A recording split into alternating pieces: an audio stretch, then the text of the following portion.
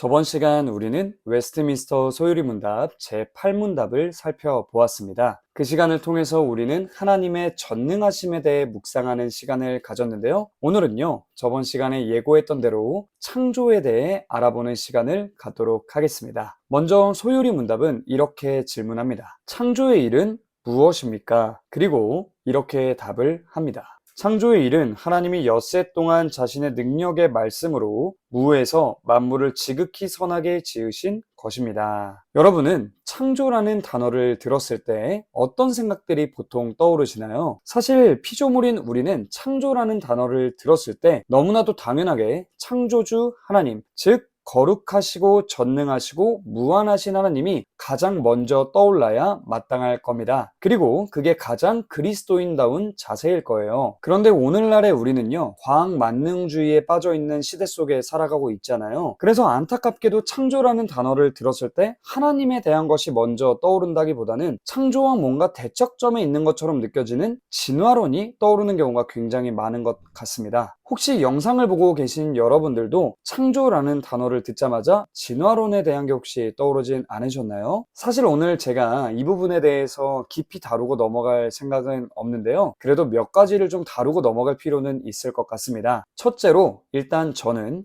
창조론자입니다. 당연히 진화론자는 아니고요. 창조론과 진화론을 적절히 섞은 유신 진화론도 저는 받아들이지 않습니다. 왜 그러는지에 대해서는 이 짧은 시간에 설명할 수 없기 때문에 혹시라도 궁금하신 분들은 저에게 따로 연락을 주시면 제가 가진 견해에 대해서 상세히 설명해 드리는 시간을 갖도록 하겠습니다. 둘째로 제가 짚고 넘어가고 싶은 것은요, 창조와 대척점에 있는 것은 사실 진화가 아니라 우연성이라는 겁니다. 하나의 과학 이론인 이 진화론이라는 것은요, 엄밀히 말해서 모든 피조세계의 근원이 어떻게 생겨났는지, 즉 모든 피조세계의 기원에 대해서 정확하게 이야기하는 영역은 아닙니다. 생물학의 영역이죠. 하지만 성경이 말하는 창조론은 무엇에 대해서 이야기를 하는 걸까요? 모든 피조세계의 기원에 대해 이야기하는 겁니다. 모든 만물은 하나님에 의해 시작되었다라는 것이 핵심이죠. 그렇기 때문에 사실상 창조의 대척점에 있는 것은 우연성입니다. 왜 그럴까요? 우연성을 주장하는 것은 하나님의 작정과 상관없이 모든 만물이 시작되었다라고 주장하는 것이기 때문입니다. 그래서 우리 그리스도인들이 예민하게 반응하면서 분별해야 할 것은요, 이 피조세계가 우연성에 의해 좌우되고 있느냐, 아니면 하나님의 작정, 즉 하나님의 창조와 섭리에 의해서 좌우되고 있느냐, 이 부분에 대한 것입니다. 당연히 우리는 언제나 하나님의 작정에 의해, 하나님의 창조와 섭리에 의해 모든 것이 좌우되고 있다라는 성경의 가르침을 믿고 따라야겠죠? 자, 그럼 이제 본론으로 들어가서 이야기를 해보도록 하겠습니다. 일단 우리는 창조에 대해 생각할 때 하나님의 크심이 가장 먼저 떠올라야 된다라는 얘기를 앞에서 잠시 했는데요. 저번 시간에 우리는 제8문답을 살펴보면서 하나님께서 자신의 작정을 실행하실 때 창조의 일과 섭리의 일을 사용하신다는 것을 살펴보았습니다. 그런데요, 여기서 말하는 창조와 섭리 사이에는 커다란 차이점이 하나 존재한다는 걸 알고 넘어가면 좋을 것 같습니다. 하나님께서 섭리의 일에 있어서는 우리와 같은 피조물들을 수단으로 사용하세요. 그러나 하나님께서 창조 사역을 하실 때는 그 어떠한 수단도 사용하지 않으시고 삼위 하나님께서 단독적으로 하십니다. 즉 하나님께서는 엿새 동안 모든 피조세계를 창조하실 때 그 누구의 도움도 필요하지 않으셨다라는 것이 굉장히 중요합니다. 이런 생각을 좀 해보면 어떨까요? 우리 인간은 너무나도 부족하고 연약하고 권능이 없어서 사실 혼자 할 수 있는 게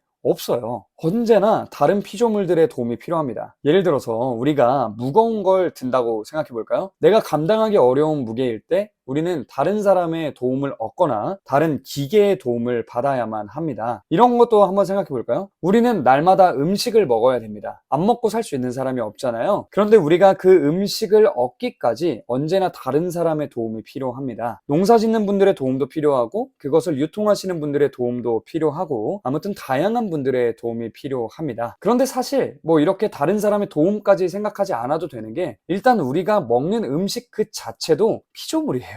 그리고 우리가 일상에서 숨을 쉴 때 필요한 산소마저도 하나님께서 만드신 피조물이죠. 우리는 이처럼 다른 피조물들의 도움이 없으면 아무것도 할 수 없는 너무나도 연약한 존재들입니다. 하지만 하나님께서는 우리와 달리 그 누구의 도움도 필요하지 않으십니다. 하나님은 정말 무한하신 능력의 하나님이시기 때문이죠. 그리고 심지어 하나님께서는 이 모든 피조세계를 창조하실 때 그것을 아주 쉽게 하셨다라는 것이 굉장히 놀라운 점입니다. 성경 어느 곳에도 하나님께서 이 피조세계를 창조하실 때 고생을 하셨다거나 힘든 노동을 하셨다는 암시가 전혀 등장하지 않습니다. 그럼 어떻게 창조하셨다고 기록되어 있죠? 성경은 하나님께서 오직 말씀으로 천지를 창조하셨다고 우리에게 가르쳐 줍니다. 이를 통해 우리가 알 수 있는 것은 하나님은 정말 초월적인 존재이시고 감히 우리가 이해조차 할 수 없이 너무나도 크신 능력의 하나님이시다라는 게 되겠죠. 이처럼 무로부터 모든 만물을 아주 쉽게 창조하신 하나님께서는 모든 만물을 지극히 선하게 지으셨다고 성경과 소요리 문답은 우리에게 알려주는데요. 창세기 1장에서 하나님이 보시기에 좋았더라 라는 표현은 7번이나 나옵니다. 거짓이 없으시고 선하신 하나님, 완전하신 하나님께서 처음 창조하신 세상을 향해 좋았다라고 말씀하셨다면 그 세상은 도대체 얼마나 좋았던 걸까요? 참 궁금한 부분이 아닐 수 없습니다. 물론 우리는 아담과 하와가 범죄한 이후에 죄로 물든 이 세상에 태어나서 살고 있기 때문에 그 당시에 타락 이전의 피조세계가 얼마나 좋았을지, 아담과 하와가 에덴 동산에서 누렸던 것들이 얼마나 좋았을지 정확히 알 수는 없습니다. 그러나 우리는 장차 우리가 가게 될 죄가 없는 천국이 얼마나 좋은 곳일지 크게 기대할 수 있을 것이고, 또 하나님의 품에 안기게 될 그 날을 기쁨으로 고대할 수 있을 겁니다. 여기서 질문해보고 싶은데요. 사랑하는 여러분은 천국을 사모하시나요? 우리가 정말 그리스도인이라면 주 예수 그리스도께서 우리에게 약속해 주신 천국을요, 전심으로 사모해야 될 줄 믿습니다. 이제 내용을 정리하고 마치려고 하는데요. 이 시간에 우리의 삶을 그리고 우리의 신앙을 돌아봅시다. 여러분은 삶 가운데서 하나님의 크심을 얼마나 인식하며 살고 계신가요? 하나님께서 모든 만물을 창조하셨다는 사실에 얼마나 진심으로 놀라워하며 만왕의 왕이신 하나님을 묵상하고 경외하며 살고 계신가요? 헤르만 바빙크는 이런 말을 했습니다. 잘 들어보세요. 하나님은 모든 존재하는 것의 유일무이하고 절대적인 원인이다. 저는 바빙크의 이 말이 저와 여러분의 고백이 되었으면 좋겠습니다. 왜냐하면 이게 우리의 고백이 될 때 우리는 너무나도 크신 하나님, 이 피조세계보다 크신 하나님, 우리의 고난보다 크시고 우리의 슬픔보다 크시고 우리의 계획보다 크신 하나님을 믿으면서 이전보다 더 아름답고 굳건한 믿음으로 하루하루를 살아가게 될 테니까요. 사랑하는 여러분, 하나님은요, 우리의 상상을 아득히 뛰어넘는 초월적인 창조주 하나님이십니다. 그런 창조주 하나님은 선하시고 무한하시고 크신 능력의 하나님이세요. 그리고 성경은 그런 창조주 하나님께서 저와 여러분을 사랑한다 라고 분명하게 이야기해주고 있습니다. 하나님은 여러분을 사랑하세요. 사랑하는 여러분, 오늘은 여기까지고요. 이제 푹 주무시기 바랍니다. 오늘 하루도 너무 고생 많으셨어요. 안녕히 주무세요. 안녕.